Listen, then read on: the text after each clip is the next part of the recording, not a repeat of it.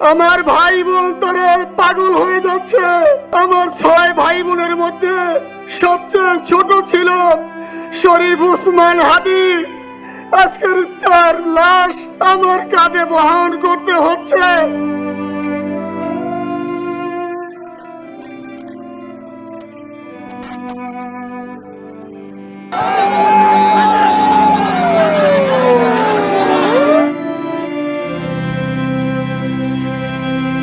এরকম জানাজা পায় না। অনেক মানুষের ইচ্ছা বা অনেক ইচ্ছা থাকলে টাকা দেওয়া, অত বড় জানাজা পাওয়া যায় না, এটা সম্ভব না।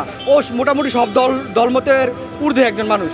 ওর ছিল হলো দিল্লির বিপরীতে, সব সময় দিল্লির আগ্রাসনের বিরুদ্ধে সবসময় ও কথা বলে গেছে।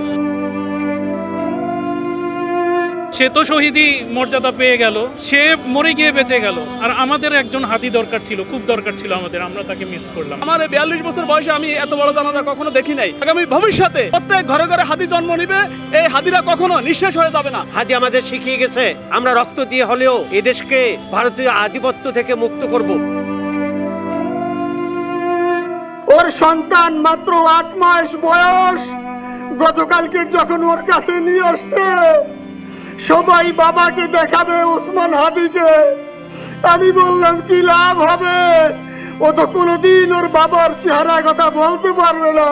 আল্লাহর কাছে আমরা সবাই দোয়া করি, আল্লাহ যেন আমার ভাই শহীদ শরীফ উসমান হাদিকে জান্নাতুল ফিরদাউসের মেহমান হিসাবে কবুল করেন।